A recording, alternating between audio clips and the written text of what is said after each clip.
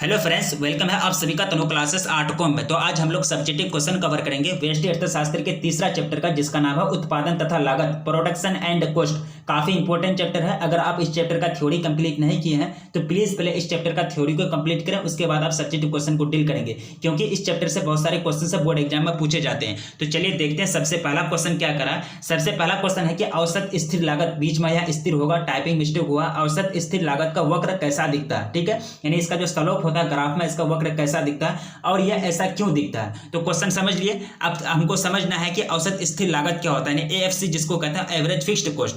औसत स्थिर लागत कुल स्थिर लागत और कुल उत्पादन के अनुपात को कहते हैं, यानी कुल स्थिर लागत व कुल उत्पादन के अनुपात को क्या कहते हैं, औसत स्थिर लागत कहते हैं, जिसको एएफसी कहते हैं। कुल स्थिर लागत स्थिर रहती है, यानी फिक्स रहती है। कुल उत्पादन वाई की मात्रा बढ़ाने पर, यानी वाई जो इंडिकेट करता है उत्पादन की मात्रा, यानी उत्पादन की इकाई को यहां इंडिकेट करता है। कुल उत्पादन की मात्रा बढ़ाने पर औसत स्थिर लागत एएफसी घटती है।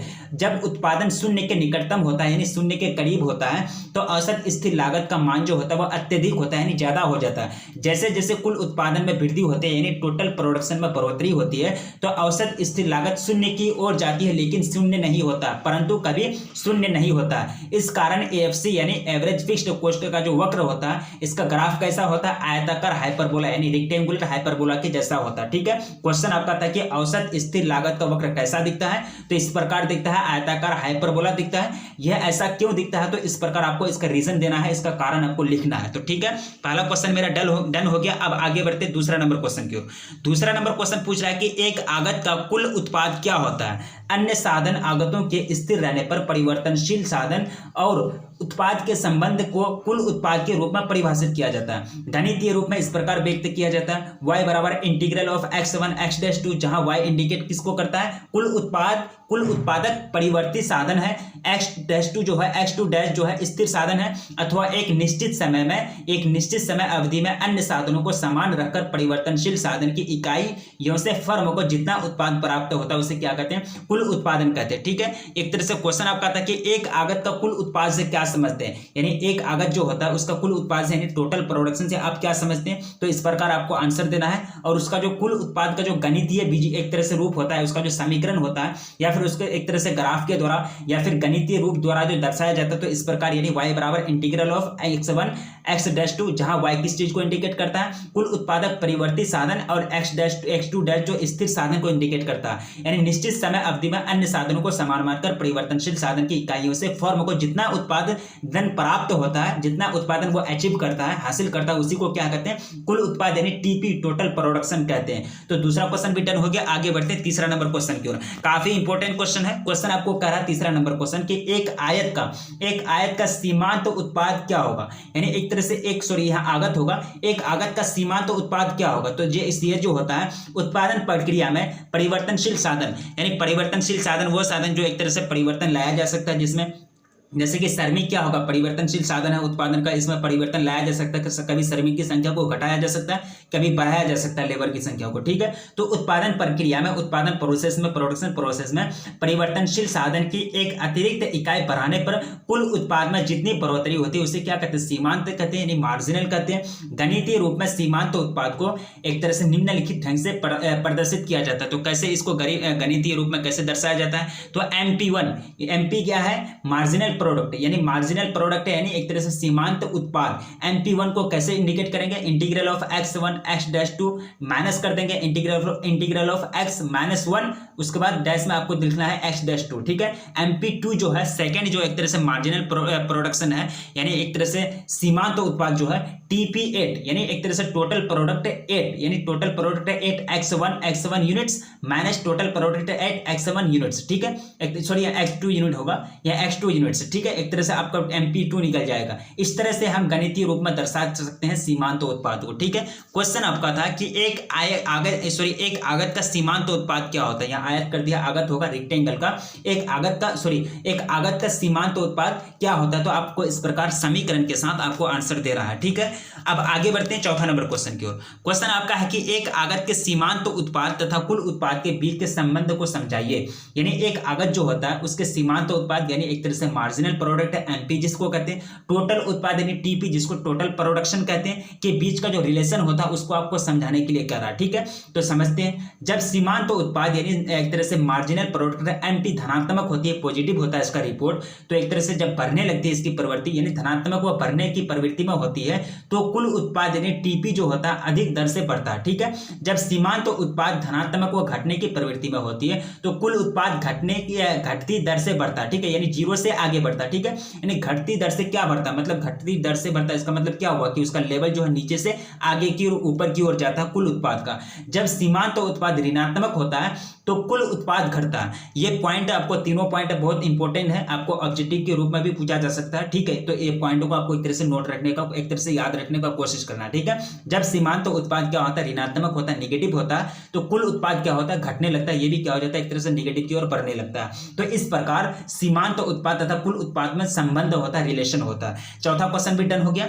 आगे बढ़ते पांचवा क्वेश्चन की ओर। क्वेश्चन आपको कह रहा है कि अल्पकाल तथा दीर्घकाल की संकल्पनाओं को समझाइए। यानी अल्पकाल जिससे यानी शॉर्ट टाइम, एक तरह से लॉन्ग टाइम का जो संकल्पना होती है उसको समझाने के लिए कह रहा है। ठीक है, तो ये जितने भी चीज पढ़ रहे हैं, जितने भी एक तरह से पढ़ रहे हैं, ये सारा चीज थ्योरी वाला वीडियो में क्लियर कर दिया गया है। ये थ्योरी वाला जो वीडियो है, लेक्चर वीडियो, उसका जो लिंक है इसी वीडियो के डिस्क्रिप्शन में दिया गया है। ठीक है, अगर आप नहीं देखें तो प्लीज जाकर के देख लीजिए, क्योंकि वो देखने के बाद थ्योरी पूरा कंप्लीट हो जाता है। तो कोई ऐसा चीज नहीं होता है ये क्वेश्चन आंसर में जो आपको याद रखने की जरूरत होती है। ठीक है, सिर्फ आपको यहाँ ये समझना है कि क्वेश्चन का आंसर किस प्रकार दिया जाता है।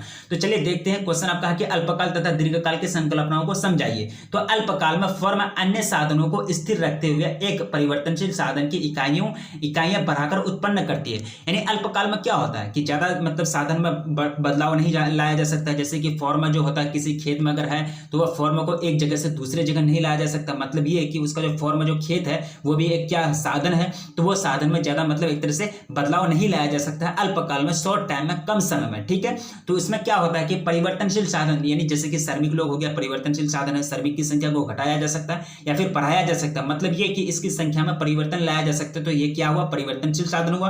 तो इसकी इकाई को बढ़ाकर एक तरह से उत्पादन भी बढ़ाया जा सकता है। दूसरे वाक्यों में या फिर दूसरे शब्द में ये भी कह सकते हैं कि अल्पकाल में फर्म केवल परिवर्तित साधनों को बढ़ाकर उत्पादन स्तर में परिवर्तन लाता है। जैसा कि एक तरह से श्रमिक की संख्या अगर बढ़ा देगा तो ज्यादा काम होगा, ज्यादा काम होगा तो ज्यादा उत्पादन होगा। वही बात आपको कर रहा है। ठीक है, दीर्घकाल में 2 या 2 से अधिक यानी दीर्घकाल में 2 या 2 से अधिक साधनों में आनुपातिक परिवर्तन करके फर्म उत्पादन के पैमाने बदलती है, एक तरह से बढ़ाता है। ठीक है, इस अवधि में कोई भी साधन स्थिर नहीं रहता। किसमें, दीर्घकाल में।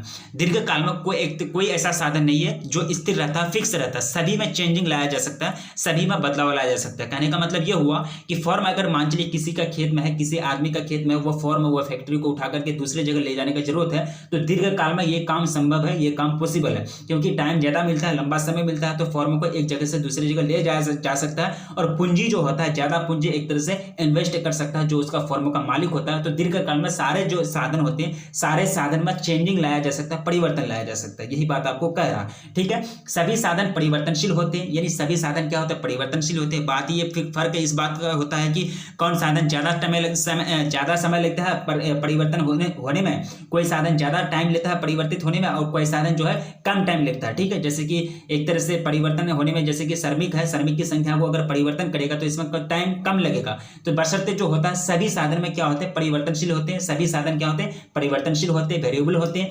किसी भी उत्पादन प्रक्रिया, उत्पादन यानी प्रोडक्शन प्रोसेस के लिए दीर्घकाल अल्पकाल की अपेक्षाकृत एक लंबी समय अवधि होती है। यानी दीर्घकाल क्या होता है, एक लंबा समय, एक तरह से लॉन्ग टाइम होती है।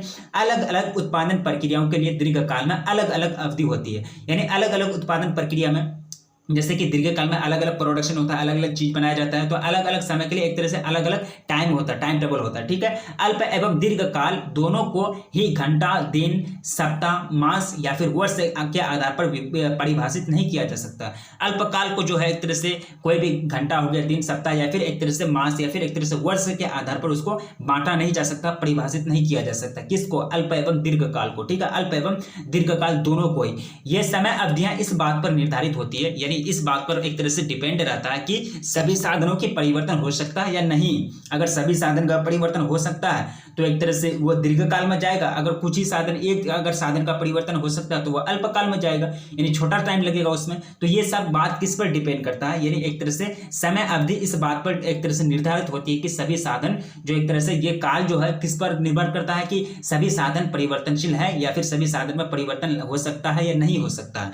अब आगे आपको पढ़ना है हरा ह्रासमान सीमांत का नियम। तो क्वेश्चन आपका था पांचवा क्वेश्चन, अल्पकाल एवं दीर्घकाल की संकल्पनाओं को समझाइए। तो उम्मीद करता हूं आपको समझ में आ गया होगा। अब आगे बढ़ते हैं छठा क्वेश्चन की ओर। छठा क्वेश्चन आपको पूछ रहा है कि ह्रासमान सीमांत का नियम क्या होता है। ह्रासमान नियम का जो होता है, ह्रासमान सीमांत का जो नियम है, इसका पूरा बेसिक कॉन्सेप्ट के साथ थ्योरी वाला वीडियो में कंप्लीट करा दिया गया है। तो ठीक है, यह क्वेश्चन है आपका आया है आपका कि ह्रासमान सीमांत का नियम क्या होता है, या फिर ह्रासमान सीमांत को ह्रासमान सीमांत का नियम को लिखें। क्वेश्चन पूछने का कुछ भी तरीका हो सकता है, लेकिन आपको घुमा फिरा के ह्रासमान नियम सीमांत नियम के बारे में ही पूछा जा रहा है। ठीक है, तो ह्रासमान सीमांत उत्पादन नियम यह दर्शाता है, यह सूचित करता है कि रोजगार के एक निश्चित स्तर के बाद एक साधन सीमांत उत्पाद घटता है। ठीक है, जब परिवर्तनशील साधन की इकाइयां, जब उसका यूनिट y जो माने हैं, उसको y माने थे एक तरह से, जो उत्पादन की जो एक तरह से जब परिवर्तनशील साधन की इकाइयां y तो था इसका प्रोडक्शन का यूनिट, ठीक है, y नहीं होगा। ठीक है, जब परिवर्तनशील साधन की इकाइयां अत्यधिक हो जाती है तो सीमांत उत्पाद शून्य एवं ऋणात्मक हो जाती है। यह बात आपको याद रखना है। जब परिवर्तनशील साधन की इकाइयां अत्यधिक हो जाती है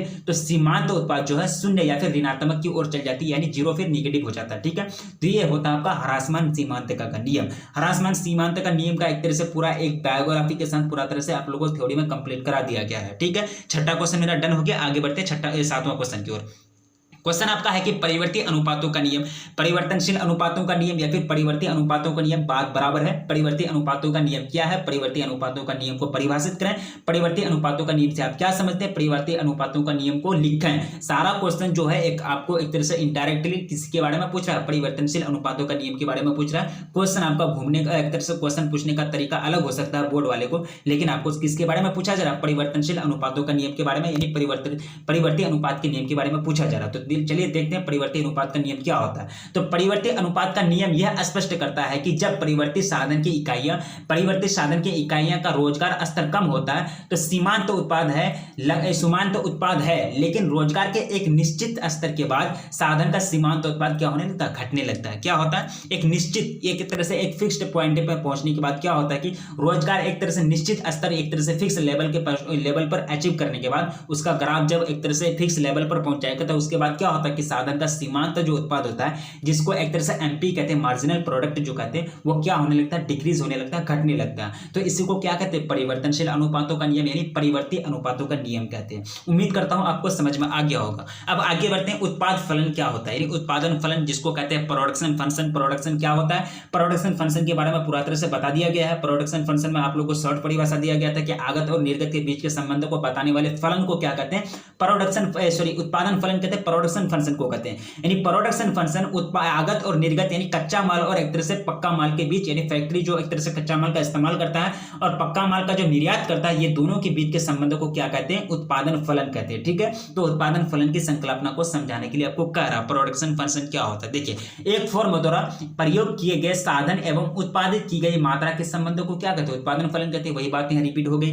प्रयोग किए गए साधनों के विभिन्न संयोजनों से उत्पादन की अधिकतम मात्रा उत्पन्न होती है। साधनों यानी संसाधनों के विभिन्न संयोजनों से उत्पाद की अधिकतम मात्रा का निर्धारण तकनीक के आधार पर होता है। उत्पादन तकनीकी में सुधार होने पर उत्पादन में क्या होता है, बढ़ोतरी होने लगता है। ये हो गया आपका एक तरह से उत्पादन यानी उत्पादन फलन यानी प्रोडक्शन फंक्शन। देखिए, कोई भी क्वेश्चन आपको पूछा जाता है, अगर आपका क्वेश्चन का वेट अगर 2 नंबर है तो आपको वहां लिखा हुआ रहा है कि 2 नंबर क्वेश्चन का आंसर इतना से इतना शब्दों के बीच के दें, ठीक है, या फिर इतना शब्द से इतना शब्द के बीच के दें, बीच में ही दें। तो आपको नंबर के अनुसार आपको एक तरह से जवाब देना है। ये नहीं कि 2 नंबर वाला क्वेश्चन पूछा गया तो वहां एक तरह से खूब लिखते गए, एक पेज भर दिए दूसरा नंबर वाला। ये नहीं, नंबर भी देखना है आपको, एक तरह से लिखना है नंबर के अनुसार। ज्यादा अगर नंबर है, 5 नंबर वाला अगर क्वेश्चन पूछा जाएगा तो आपको ज्यादा शब्द में आंसर देने की कोशिश करना है। ठीक है, ये नहीं कि ज्यादा शब्द में, मतलब ये नहीं कि आपको जो मन में आ जाए शब्द वो नहीं, आपको एक तरह से जो क्वेश्चन पूछा जाए उसी के अंडर में आपको रह करके लिखना है। चाहे आपका शब्द में, चाहे आपका वाक्य में, सेंटेंस में इतना दम नहीं हो, फिर भी उसी के अंडर में रह करके आप लोगों को उसका आंसर देना है। ठीक है, तो उत्पादन फलन की संकल्पना कैसे की जाती है, संकल्पना को समझाने के लिए कर रहा था, तो उम्मीद करता हूं आपको समझ में आ गया होगा। तब आगे बढ़ते हैं 9 नंबर क्वेश्चन की ओर। क्वेश्चन आपका है कि एक उत्पादन फलन ह्रासमान पैमाने के प्रतिफल को कब संतुष्ट करता है। ठीक है, ये जो होता है ह्रासमान पैमाने का प्रतिफल, समान पैमाने का प्रतिफल, घटते पैमाने का प्रतिफल, सॉरी ह्रासमान या फिर घटते पैमाने का प्रतिफल दोनों एक ही है। वर्धमान पैमाने का प्रतिफल, बढ़ते पैमाने का प्रतिफल, एक समान पैमाने का प्रतिफल, ये सारा जो नियम होता है, ये सारा नियम को एक तरह से क्लियर करा दिया गया है थ्योरी वाला वीडियो में। ठीक है, तो यहाँ क्वेश्चन आपका है कि एक उत्पादन फलन ह्रासमान पैमाने के प्रतिफल को कब संतुष्ट करता है। ठीक है, तो क्वेश्चन आपका इस प्रकार है, लेकिन आपको आंसर देना। देखिए, पैमाने का ह्रासमान प्रतिफल दीर्घ काल में दो या दो से अधिक साधनों में अनुपातिक वृद्धि करने पर यदि कुल उत्पाद में एक तरह से साधनों में अनुपातिक वृद्धि से कम बढ़ोतरी होती है तो उसे क्या कहते हैं, पैमाने का ह्रासमान प्रतिफल कहते हैं। कहने का मतलब यह हुआ कि अगर उत्पादन के साधन में अगर 10% वृद्धि किया गया, 10% एक तरह से बढ़ोतरी किया गया,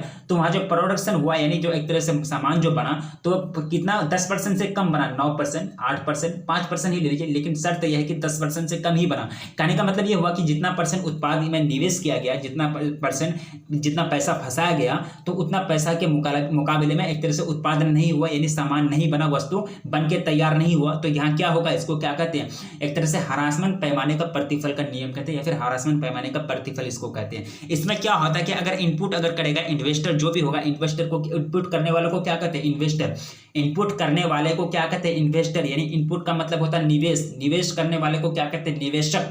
जो निवेश करता है, इनपुटर जो एक तरह से इन्वर्टर जो ये करता है, निवेश करता है, तो इनपुट ज्यादा करता है लेकिन उसको बेचारे को आउटपुट कम मिलता है। इस पैमाने में ह्रासमान पैमाने में उसको घाटा बहुत ज्यादा लगता है कंपनी वालों को, फर्म वाले को।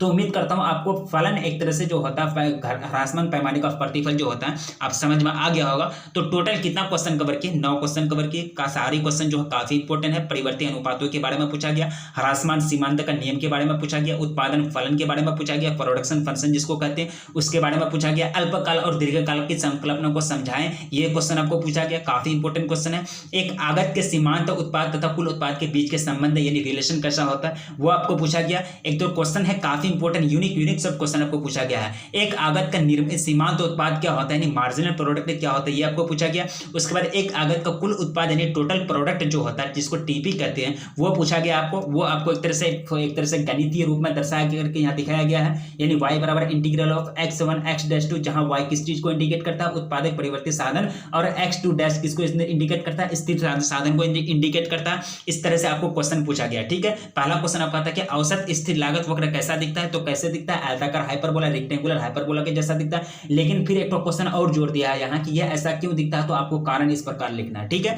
तो टोटल कितना क्वेश्चन कवर किया, 1 से लेकर 9 क्वेश्चन कवर किए। सारे क्वेश्चन इंपॉर्टेंट है। अगर आप प्लीज चैनल पर पहली बार आए हैं तो प्लीज चैनल को सब्सक्राइब कर लीजिए, क्योंकि चैनल पर आपको तैयारी कराई जाती है। ठीक है, तो वीडियो को प्लीज अगर लाइक नहीं किए हैं तो वीडियो को लाइक कर दीजिए। और एक बात आपसे पूछी जा रही है, अगर आपको समझ में आता है कि नहीं भी आता है तो प्लीज कमेंट कीजिएगा। अगर समझ में आता तो प्लीज बताइएगा। आप लोग से बार बार रिक्वेस्ट करना है, प्लीज कमेंट करके बताइएगा कि समझ में आता है या नहीं आता। अगर नहीं आता तो वो भी बोलिए, नहीं आता है तो वो भी बोलिए, आता है तो वो भी बोलिए। ठीक है, तो प्लीज अगर वीडियो को लाइक नहीं किया है तो वीडियो को लाइक कर दीजिए, क्योंकि वीडियो बनाने में काफी मेहनत लगती है। तो रखिए अपना ख्याल, मिलेंगे फिर नेक्स्ट वीडियो में, तब तक के लिए।